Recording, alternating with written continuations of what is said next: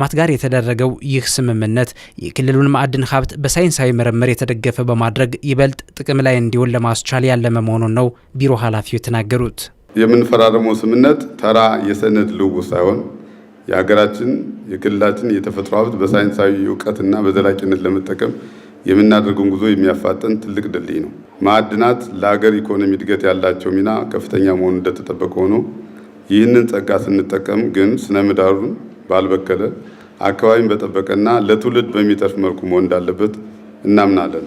የስምምነት ፊርማውን ካደረጉ ከፍተኛ ትምህርት ተቋማት ተወካዮች መካከል በደብረ ብርሃን ዩኒቨርሲቲ ምርምርና ቴክኖሎጂ ሽግግር ምክትል ፕሬዝዳንት ዶክተር ሲሳይ ሙላቴና በጎንደር ዩኒቨርሲቲ የምርምርና ትብብር ተወካይ ምክትል ፕሬዝዳንት ዶክተር ውለታው መኩሪያ ዩኒቨርሲቲዎቻቸው የማዕድን ክምችት ባሉባቸው በተለያዩ የክልል ወረዳዎች የማዕድን ጥናትና ምርምር በማድረግ ውል ወስደው ወደ ስራ መግባታቸውን ተናግረዋል። 2018 ላይ የኦፓል ማዕድን የደሰሳ ጥናት ማካሄድ ችለናል።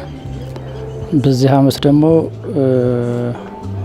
እዛው ወረዳ ላይ የማዕድን ወይም የኦፓል ማዕድን ክምችት ስፋትና ጥልቀት ምን ያክል እንደሆነ በአንድ አመት ውስጥ መጠናቀቅ የሚችል የውል ስምምነት ነው የወሰነው። በዚህ አግባብ ተፈጻሚ እናደርጋለን ማለት ነው። ማዕድን ቢሮ ትኩረት ያደረገውም ከዩኒቨርሲቲው ጋር ተቀናጅቶ እየሰራ ያለው ምንድነው? መጀመሪያ ማዕድኑ አለ የለም ይለያል። ከዚያ ቀጥሎ ደግሞ ፍለጋውን ራሱን ወርቁን ፍለጋ ወይም ደግሞ ሌሎች ማዕድናትን ፍለጋ ነውና ከዛ አልፎ አሁን በትክክል ማዕድናት የተለዩ ማዕድናት እንዳሉም በሪፖርት የተገለጸ ነው።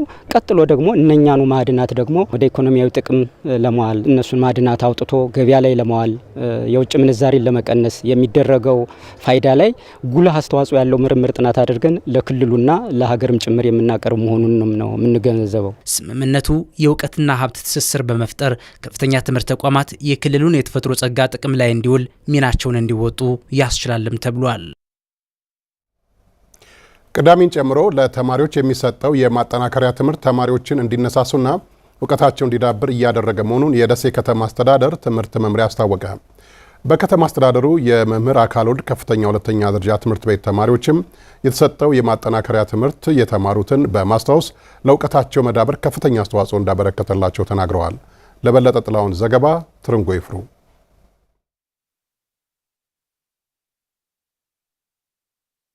እድገትና ብልጽግና የማይተካ ሚና ይጫወታል። በመሆኑም እንደ ሀገርም ሆነ እንደ አማራ ክልል እድሜያቸው ለትምህርት የደረሱ ህጻናት ከማይነጥፈው የትምህርት ማዕድ እንዲቋደሱ እየተደረገ ነው። የተመዘገቡ ተማሪዎችን ውጤታማ ለማድረግና የተማሪዎችን ውጤት ለማሻሻል የሚያስችሉ ስትራቴጂዎች ተነድፈው ተግባራዊ እየተደረጉ ነው። በደሴ ከተማ አስተዳደር የመምህር አካል ወልድ ሁለተኛ ደረጃ ትምህርት ቤት ተማሪዎችም በመምህራንና በትምህርት ቤቱ የተለያዩ ድጋፎች ሲደረግላቸው መቆየቱን ገልጸው አሁን ላይ ለፈተና እየተዘጋጁ መሆናቸውን አስረድተዋል። የፈተና ዝግጅታችን አንደኛ በራሳችን ነው የምናነበው።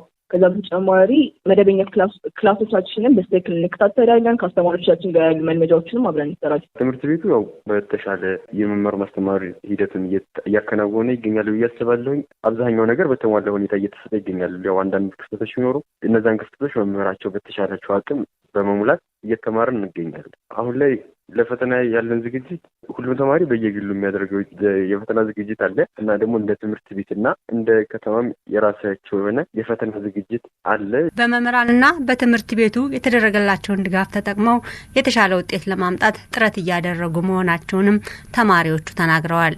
እኛ ባደረግነው ጥረትና አስተማሪዎቻችን ባደረጉት ጥረት ላይ አሪፍ የሚባል ውጤት እናምጣለን ብለን ተስፋ እናደርጋለን። እኔ እንዳደረጉት ጥረትና ትምህርት ቤቱና መምህራኖች እንዳደረጉት ጥረት ያው የተሻለ ውጤት አመጣለሁ ብዬ አስባለሁ። የትምህርት ቤቱ የሂሳብ መምህር እንድሪስ ይመር ባለፈው አመት 12ኛ ክፍል መልቀቂያ ፈተና የወሰዱ ተማሪዎች የተሻለ ውጤት ማስመዝገባቸውን አስታውሰው አሁንም የትምህርት ቤቱ ተማሪዎች ለፈተና እየተዘጋጁ እንደሆነ አስረድተዋል። ባለፈው አመት እስከ 60% ደርሰናል። የኛ ትምህርት ቤቱ የተሻለ ውጤት ላይ ነው የደረሰው። የባለፈው አመት አሁንም ያው ዝግጅት ላይ ናቸው። ይዘናል ትግል እንግዲህ አሁን ዞሮ በማስተማር ላይ ነን ያለነው። አሁንም እንኳን ራሱ የመምህር አካል ወልድ ከፍተኛ ሁለተኛ ደረጃ ትምህርት ቤት ርዕሰ መምህር አንዳርጌ አስሬም የቤተ መጻሕፍትና የቤተ ሙከራ ግብዓቶች ተሟልተው ተማሪዎች እንዲጠቀሙባቸው በማድረግና ሌሎች ተግባራትን በማከናወን ተማሪዎች ለፈተና እንዲዘጋጁ እየተሰራ መሆኑን ገልጸዋል።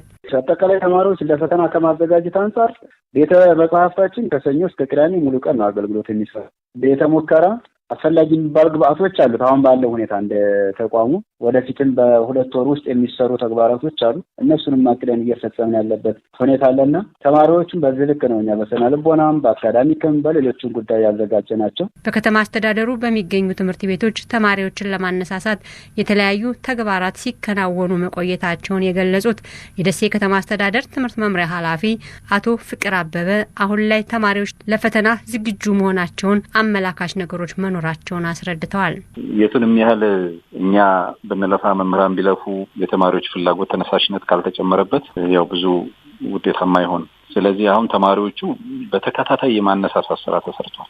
የስነ ልቦና ስልጠና በየትምህርት ቤቱ በሁሉም ደረጃ በተለይ የሳይኮሎጂ መምህራንና ዩኒቨርሲቲ ኮሌጅ መምህራን እየተጋገዙ ስልጠና ሁሉ የተሰጠበት እንዲነሳሱ የተደረገበት ሁኔታ ነው ያለው። ተማሪዎች አሁን ዝግጅታቸው ጥሩ ነው። በቀሪ ጊዜያት የተማሪዎችን ስነ ልቦና መገንባት የሚያስችሉ ተግባራት እንደሚተገበሩም መምሪያ ኃላፊው ተናግረዋል። ልጆቹ እስከ መጨረሻ ድረስ ያላቸውን ክህሎት ይዘው እንዲቀጥሉ እገዛ አለ፣ ድጋፍ አለ። ስነ ልቦናቸውን ማነሳሳት ይቀጥላል።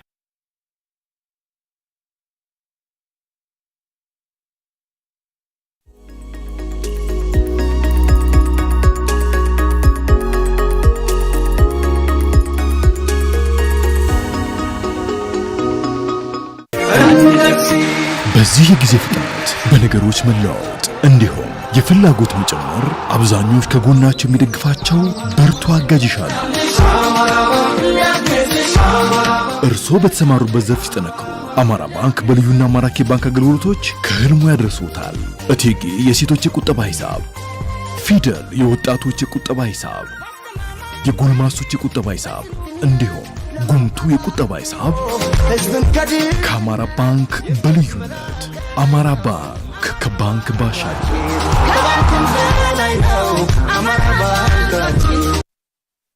ወደ ደሴ ስቱዲዮ እናልፋለን ተመልካቾች። ከደሴ ስቱዲዮ የተዘጋጁ መረጃዎችን ደግሞ ጀማል ኢማም ያደርሰናል። ከኔ ጋር ተመልሰን በድጋሚ እንገናኛለን።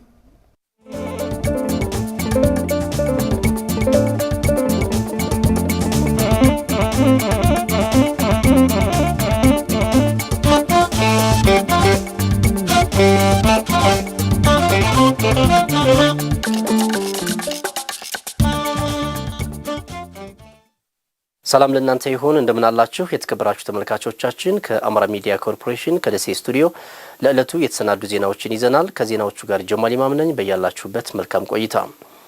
በዶሮ እርባታ ዘርፍ ተጠቃሚ መሆናቸውን የአርጎባ ብሔረሰብ ልዩ ወረዳ በዘርፉ የተሰማሩ ወጣቶች ተናገሩ። አዋጭ በሆኑ ዘርፎች ላይ የተሰማሩ ወጣቶችን ሙያዊ ድጋፍ እያደረገ መሆኑን ወረዳው አስታውቋል። ተጨማሪውን ከተመስገን አሰፋ እንከታተል። በደቡብ ወሎ ዞን በአርጎባ ብሔረሰብ ልዩ ወረዳ ወጣቶች አዋጭ በሆኑ የስራ ዘርፎች ላይ በመሰማራት ተጠቃሚ የሆኑ ሲሆን ለአብነትም የዶሮ እርባታ ዘርፍ የሚጠቀስ ነው። ከአሚኮ ጋር ቆይታ ያደረጉ ወጣቶች በማህበር ተደራጅተው ወረዳ ባመቻቸላቸው የስራ እድል በእንቁላል ጣይና በስጋ ዶሮ እርባታ ዘርፍ ወደ ስራ መግባታቸውን ጠቅሰው ተጠቃሚ መሆናቸውን ይናገራሉ። የዶሮ እርባታ ዘርፍ ስራ አድካሚ መሆኑን የሚናገሩት ወጣቶቹ ጠንክሮ መስራት ከተቻለ መለወጥ እንደሚቻል ነው የሚገልጹት። ያው እኛ የምናረባው የአንድ ቀን ጫጩቶችን አምጥተን በ45 ቀን አሳድገን መሸጥ ነው። ያው ትንሽ ስራው አድካሚ ቢሆንም በተለይ አንድ ቀን ማሳደግ እስከ 10 ቀን ያለው በጣም ትንሽ ከበድላል። ነገር ግን ያው ካደጉ በኋላ ውጤቱ አሪፍ ነው። ነገር ግን እንደኛ ወረዳ ትንሽ ከበድ የሚለው ነገር ያው የገበያ ትስስሩ ያን ያህል ስላልሆነ ካደጉ በኋላ እንደገና ሽያጭ መፈለጉ ያው ትንሽ ከበድላል። ከዛ ውጭ ያለው ነገር ግን የመንግስት ስራን ከመጠበቅ ያው የተወሰነ አዋጭነት አለ። ፍላጎቴ ቆይቻለሁ፣ ግን ስፈልግ ሳስበው ቤቱን ምናምን ለመስራት አቅም የለኝም እና ይሄንን መንግስት ሸዱን ተሰጠን በኋላ ተደራጅተን ይሄንን ይዘናል እየሰራን የአንድ ቀን ጫጩት ይዘውልን ይመጣሉ። እዚህ ወርታ 10 ቀን ምናምን መሸጥ እንጀምራለን። በስራቸው ላይ ወረዳው እያደረገላቸው ላለው ድጋፍ ያመሰገኑት ወጣቶቹ በቀጣይም ከዚህ የተሻለ ስራ ለማከናወን ማቀዳቸውን ነግረውናል። ከእንስሳት ጽሕፈት ቤቱ ጋር ሆነን የተወሰነ ትሬኒንግ ሰጡን። ምን ማድረግ አለብን፣ ምን አይነት ጥንቃቄ ማድረግ አለብን የሚለውን ከነገሩን በኋላ ወደዚህ ስራ ገብተናል ማለት ነው። ያው በጋራ ሆኖ መስራቱ አትራፊ ነው። ምክንያቱም እነዚህን ዶሮዎች ብቻዬን ላሳድግ ብል ኢኮኖሚካሊ የማይቻል ነገር ስለሆነ ማለት ነው። በጋራ ስትሆን ግን የተወሰነ ሸራርገ ስለሆነ ያን ነገር አሪፍ። ሸዱንም እነሱ ናቸው ሰጡን። መስራት አንችልም ነበር እነሱ ባልሰጡን መጀመሪያ ይሄን እነሱ ባልሰጡን መስራት አንችልም። ሽመስ 5 ነን። ምክንያቱም ቤቱን ታሰብ ይሄንን ቤት ሰርተን እንደዚህ አድርገን መስራት አንችልም። ለቀጣይ እንግዲህ ያው አይጠገብም ሰራለን ወጭም ያሰፋን ማለት አንድ ነገር ስታገኝ ሌላ ትፈልጋለህ። ይሄ ያው በሁሉም ያለ ነው። ግን ቀጣይ እንሰራለን እያልን ነው። አሁን የእንቁላልም ቦባንስ ምናምን የእንቁላል ዶሮ አለ እነሱ እናመጣለን ያመቻችን ነው። የአርጎባ ብሔረሰብ ልዩ ወረዳ ስራና ክህሎት ጽህፈት ቤት ኃላፊ ሻምበል ኢማም በወረዳው በዶሮ እርባታ ዘርፍ የተሰማሩ ወጣቶችን በመደገፍ ውጤታማ እንዲሆኑ እየተሰራ መሆኑን ተናግረዋል። ከዶሮ እርባታ አኳያ ያለው የወጣቶችን ከስራ ዕድል ተጠቃሚ ከማድረግ አኳያ አሪፍ የሚባል እንቅስቃሴ ነው እንደወረዳችን ያለው። ወጣቶችን ከስደት ከማድረግ አኳያም አሁን ለምሳሌ እነዚህ የተደራጁት እዚህ ያሉ ዛሬ የምናያቸው የጎበኘ ናቸው ከአረብ ሀገር ተመላሽ የሆኑ ወጣቶች ናቸው። እነሱም ከስደት የመታደግ ዘርፉንም ደግሞ እያሰፋን ያለንበት ሁኔታ ቢያንስ ከአመት ለውጥ ያለው የተሻሻለ ያለ ስራ ነው። ከባለድርሻ አካላት ጋር በመቀናጀት ለወጣቶቹ የገበያ ትስስር ለመፍጠር እንደሚሰራም ገልጸዋል። እኛ በተቻለ መጠን እንግዲህ ያው በምንችለው ያው ሼድ እየገነባን ለተጠቅለንቶች እያስተላለፍ እየሰጠን ነው። እዚህም ይሄው ሼድ ለዙ ገንብተን ብለናል። የተለያየ ሙያዊ ስልጠና በእኛ በኩል ማድረግ ያለብንን ከእንስሳት ሀብት ጋር እንዲሁ በመተባበር በመቀናጀት እነሱም ይሄን የዶሮ መድኃኒት ምን በማድረግ ራሳቸው ለምሳሌ ካፒታል ኖሯቸው የመስሪያ ቦታ የሌላቸውን ሰዎችም እኛ ሼድ በማዘጋጀት እየሰጠን ያለበት ሁኔታ ነው ያለው። ስጋ ዶሮቹ ላይ ያሉትን ለትስስር ለማንተላለ እየተነጋገር ነው ከሌሎች። በከተማዋ እየተሰራ ያለው የኮሪደር ልማት ስራ ውጤታማ እንዲሆን የድርሻቸውን እያበረከቱ መሆናቸውን በሰሜን ወሎ ዞን የፍላቂት ገረገራ ከተማ አስተዳደር ነዋሪዎች ተናገሩ። ከ49 ሚሊዮን ብር በላይ በሆነ ወጪ የኮሪደር ልማት ስራ እያከናወነ መሆኑን የከተማ አስተዳደሩ ከተማና መሰረተ ልማት ጽሕፈት ቤት አስታውቋል። መረጃውን ያደረሰን የወረዳው የመንግስት ኮሚኒኬሽን ነው። ካሳሁን ኃይለ ሚካኤል እንደሚከተለው አሰናድቶታል። እየተገነባ ያለውን የኮሪደር ልማት ስራ ውጤታማ እንዲሆን ያለምንም የካሳ ክፍያ ለልማቱ ተባባሪ መሆናቸውን በሰሜን ወሎ ዞን የፍላቂት ገረገራ ከተማ አስተዳደር ነዋሪዎች ተናግረዋል። የኮሪደር ስራው ከተማዋን ለነዋሪዎች ምቹ ከማድረጉም በላይ ለወጣቶች የስራ ዕድል ለመፍጠርና የንግድ ትስስርን ለማፋጠን ድርሻው የጎላ እንደሆነም አስተያየት ሰጪዎቹ ገልጸዋል። የኮሪደር ልማት ከሌላ ከተሞች ሁሉ እያየኑ ያለውንና የምንመለከተውን ከራሳችን ከተማ ላይ በማየታችን ማህበረሰቡም እጅግ ደስታ ወሰን የለውም። እዚህ አካባቢ ያለው ማህበረሰብም የራሱን ማቴሪያል የራሱን የሚፈርሰውን በራሱ ፍላጎትና ፍቃድ ያለማንም ካሳ እያፈረሰ ተባባሪ ሆኖ ርብርብ እያደረገ በመስራቱ በጣም ደስተኛ የሆነ ማህበረሰብ የተፈጠረበት ሁኔታ ነው ያለው። ለወጣቱ የስራ ዕድል ፈጠራ በጣም አስፈላጊ ነገር ነው። ዘመናዊ በሆነው መንገድ እየተሰራ ያለው በጣም የሚበረታታና የሚደገፍ ነው። ከህብረተሰቡ ጋር በመወያየትና የልማት ቦታዎችን ከሶስተኛ ወገን ነጻ በማድረግ 2.2 ኪሎ ሜትር ኮሪደር ልማት ስራ እየተከናወነ እንደሚገኝ የተናገሩት ደግሞ የፍላቂት ገረገራ ከተማ አስተዳደር ከተማና መሰረተ ልማት ጽሕፈት ቤት ምክትል ስራ አስኪያጅ ሸዋዬ ይርዱ ናቸው። ወደ 2.2 ኪሎ ሜትር እንሰራለን ብለን አቅድና እንቅስቃሴ እያደረግን ያለ ነው። ህዝባችን በጉልበቱ በገንዘቡ የሚያግዝበት ምቹ ሁኔታ ተፈጥሯል። ለዚህም ሰፊ ውይይት ተደርጎ ከሶስተኛ ወገን ነጻ ሲደረግ ቤት ፈርሷል፣ ሱቅ ፈርሷል፣ ሌሎች የንግድ ድርጅቶችን ጭምር በነጻ ማህበረሰቡ ይሄ ልማት የኛ ልማት ነው ብሎ ያለ ምንም ካሳ ክፍያ የተነሳበት አግባብ እንዳለ ለማሳየት ያክል ነው። የኮሪደር ልማቱ ሲለማ በዋናነት ከተማውን ውብ፣ ጽዱና ምቹ ከማድረግ በተጨማሪ ገቢ በማመንጨት ለወጣቶች ጊዜያዊና ቋሚ ስራ ዕድል እንደሚፈጥር ማስታውቀዋል። ለዚህ የኮሪደር ልማትም ከ49.3 ሚሊዮን ብር በላይ በጀት ወጪ መደረጉንም አክለዋል። ይሄ ኮሪደር ልማት ሲለማ ቋሚና ጊዜያዊ የስራ ዕድል ጭምር እየተፈጠረ ያለበት ከተማችን ጽዱ ውብ የሆነ እንደሆነ ማሳየት ያክል ነው። ወደ 49.3 ሚሊዮን ብር ውለታ ወስደና ወደ ተግባር የተፈጠረበት እንዳለ ለማሳየት ነው። የከተማ አስተዳደሩ ከንቲባ አንደበት ተስፋዬ ከተማዋን ለነዋሪዎች ምቹና ውብ ለማድረግ የተቀናጀ የኮሪደር ልማት እየተከናወኑ መሆኑን ተናግረዋል። የፍሳሽ ማስወገጃ ካናል፣ አረንጓዴ መናፈሻዎችና የተሽከርካሪዎችን ፍሰት ማሳለጥ ላይ ትኩረት ያደረገ መሆኑንም አስረድተዋል። በዚህ ተቀናጀ የኮሪደር ልማት ውሃ ማፋሰሻ ካናል ያለው የአረንጓዴ ልማት አቅፎ የያዘ የትራፊክ መጨናነቅን ለመቅረፍ ተሽከርካሪና ሰዎች በአንድ መንገድ ይጓዙ የነበረበትን ችግር አገልግሎት እንዲሰጥ ተደርጎ የሳይክልና የውሃ መፋሰሻ እንዲሆን ተደርጎ የተሰራ ነው። የኮሪደር ልማቱን ለማፋጠን የአካባቢው ማህበረሰብ በጉልበትና በገንዘቡ የሚያደርገውን ድጋፍ አጠናክሮ እንዲቀጥል ከንቲባው ጥሪ አቅርበዋል። በመጨረሻም በዘንድሮው የአረንጓዴ አሻራ የሚተከሉ ጥራት ያላቸው የአትክልትና ፍራፍሬ ችግኝ ማዘጋጀቱን በደቡብ ወሎ ዞን የቃሉ ወረዳ ግብርና ጽሕፈት ቤት ገልጿል። ዘጋቢያችን ፊኒክስ ሀየሎም በወረዳው ሀርቡ ችግኝ ጣቢያ ማዕከል ተገኝታ ተከታዩን ጥንቅር ይዛለች፣ እንደሚከተለው ይቀርባል። በደቡብ ወሎ ዞን አትክልትና ፍራፍሬ ከሚዘጋጅባቸው አካባቢዎች በቃሉ ወረዳ የሚገኘው የሀርቡ ችግኝ ጣቢያ ማዕከል ተጠቃሽ ነው። ወረዳው ለአትክልትና ፍራፍሬ ችግኝ ጣቢያዎችን በማዘጋጀትና ጥራት ያለው የፍራፍሬ ችግኝ በማሰራጨት አርሶ አደሮችን ተጠቃሚ ለማድረግም እየሰራ ይገኛል። በዚህ ዓመት ለሚካሄደው የአረንጓዴ አሻራ መርሃ ግብርም ሰፊ ስራዎችን እየሰራ ስለመሆኑም ተመላክቷል። የቃሉ ወረዳ ግብርና ጽሕፈት ቤት ኃላፊ አሊ ኢብራሂም ችግኝ ጣቢያው እንደ ዞን ትልቅ ተሞክሮ ያለው መሆኑን አንስተው ለመጪው የአረንጓዴ አሻራ መርሃ ግብርም ጥራቱን የጠበቀ ችግኝ ለማቅረብ ዝግጅት መደረጉን ተናግረዋል። ስለዚህ ዓመት የአረንጓዴ አሻራ የፍራፍሬ ችግኝ ዝግጅታችን በተሻለና ስታንዳርድ የሆነ ችግኝ ማዘጋጀት የቻልንበት ሁኔታ ነው ያለው። የዚህ ዓመት ወደ 895,000 ችግኝ እናዘጋጃለን ብለን 100% 895,000 ችግኝ የተለያዩ የፍራፍሬ ችግኞች ተዘጋጅተዋል። በዚህ ረገድ በተለይ ማንጎ ላይ የተሻለ ዝርያ ያላቸው ወደ 4 የሚሆኑ የማንጎ ዝርያ ኪታ፣ አፕል፣ ቶም የሚባሉ የተዘጋጁበት ሁኔታ ነው ያለው። የቃሉ ብቻ ሳይሆን እንደ ደቡብ ወሎ ዞን ሰፋ ያለ ምርት በሚመረትበት ጊዜ ሰሜን ወሎም ከዛም ማለፍ ብሎ ለተለያዩ ክልሎችም የሚወሰድበት አቅም ያለው ችግኝ ጣቢያ ነው። የችግኝ ጣቢያው የአትክልትና ፍራፍሬ የከተባ ባለሙያ ሁሴን ማሞ ለአትክልትና ፍራፍሬ እድገትና ምርታማነት ሙያዊ ክትትል እየተደረገ ነው ብለዋል። መጀመሪያ ሀገራችንን በቀል የሆነ ሎካል ዝርያ እናበቅላለን መሰረተ ግንድሩት ስቶክ የምንለው ማለት ነው። እሱ ከበቀለ ከ3 ከ4 ከ5 ወሩ በኋላ የእስክሪብቶ ወይም የእርሳስ ሳይዝ ሲደርስ ለከተባ ደረሰ የምንለው የዛ መጠን ሲይዝ ነው።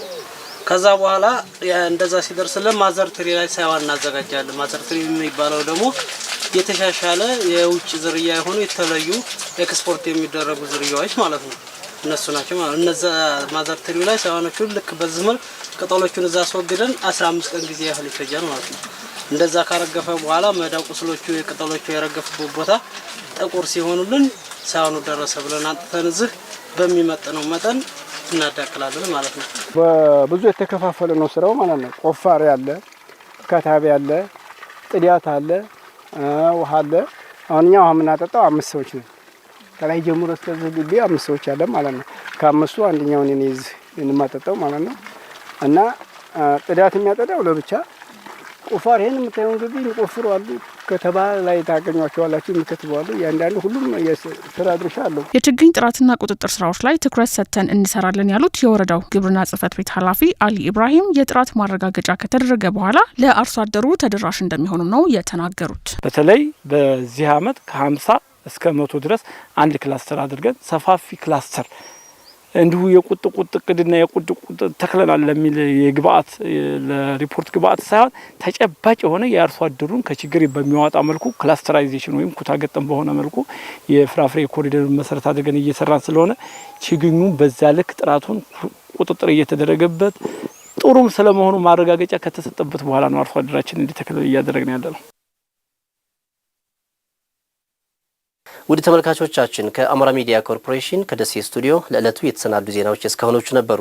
እኛም ምርጣችሁ ስለምትከታተሉ እጅግ አድርገን እናመሰግናለን። በያላችሁበት መልካም ጊዜ ይሆንላችሁ።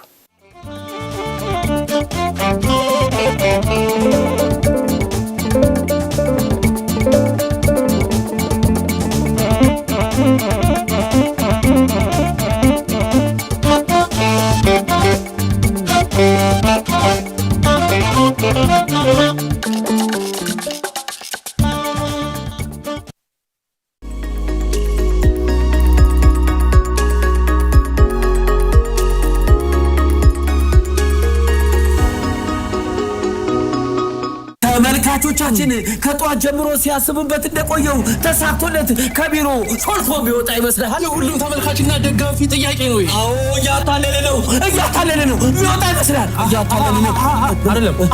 አለቃው ወጥታለች። ምትይዘው ይመስላል። ያመለጠ ይመስላል። አሁንም እያታለለ ነው። እንደፈራ ነው። በሩ ጋር ሲደርስ ተያዘ። ይሄ ማስጠንቀቂያ የሚያሰጠው ይመስላል። ቢጫ ካርድ እቃ ልግዛ በሚል ተልካሻ ምክንያት ከስራው አሁን ሊወጣ የነበረው የቢሮ ሰው ቢጫ ካርድ አይቷል። ቢጫ ካርድ እሱስ ምን አስወጣው? እዛው ቢሮ እንዳለ አያስብ ነበር። ቢሮ ያለን ያልኩ? አዎ መቼም በዚህ ጊዜ ቴሌብር ማይጠቀም የለም። አዎ ቴሌብር ላይ በሚገኘው ዘመን ገበያ የሚያስፈልገው ማንኛውንም አይነት ነገር ቢሮ ድረስ ሸምቶ በቀላሉ ማድረስ ይችላሉ እኮ። ታዳጊዎቻችን የዲጂታል ኢትዮጵያ ግብይት መዳረሻ በሆነው ዘመን ገበያ ውስጥ የገባ ይመስላል።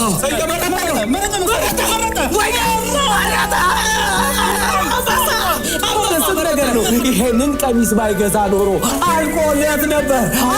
የቅድሙ ማስጠንቀቂያ ትምህርት የሆነ ይመስለኛል። ደረሰ ተመልካቾቻችን፣ ቀሚሱ ቢሮ ደረሰ። ከተባለ ምን አይነት ብቃት፣ ምን አይነት ቴክኖሎጂ! ወይኔ ዘመን ገበያ ከጉዳ ወጣ።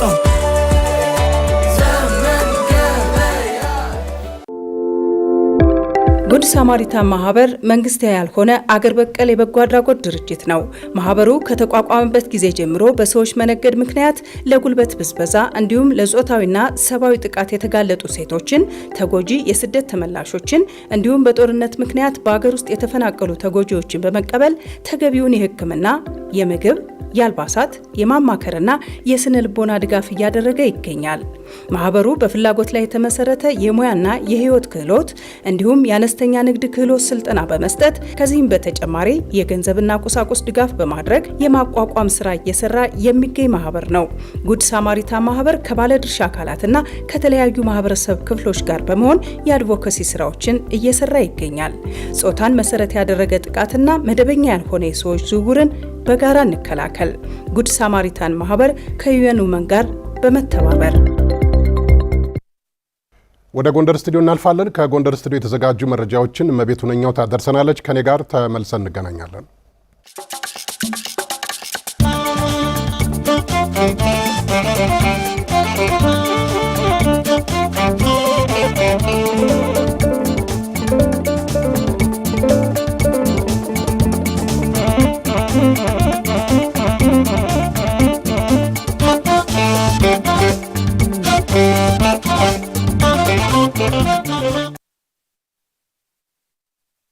ጤና ይስጥልኝ የተወደዳችሁ ተመልካቾቻችን፣ አክብሮታዊ ሰላምታችን በያላችሁበት ድረስ ከአማራ ሚዲያ ኮርፖሬሽን ጎንደር ስቱዲዮ ለሰዓቱ ያዘጋጀነውን ዜና ይዘን ቀርበናል። ከዜናዎቹ ጋር እመቤቱ ነኛው አብራችሁን ሁኑ።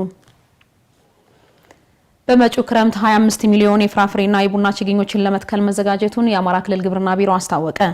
ቢሮው በጎንደር ቃጣና ያለውን የፍራፍሬ ምርትና ምርታማነት ማሳደግ ተገቢ ያደረገ ስልጠና ለባለ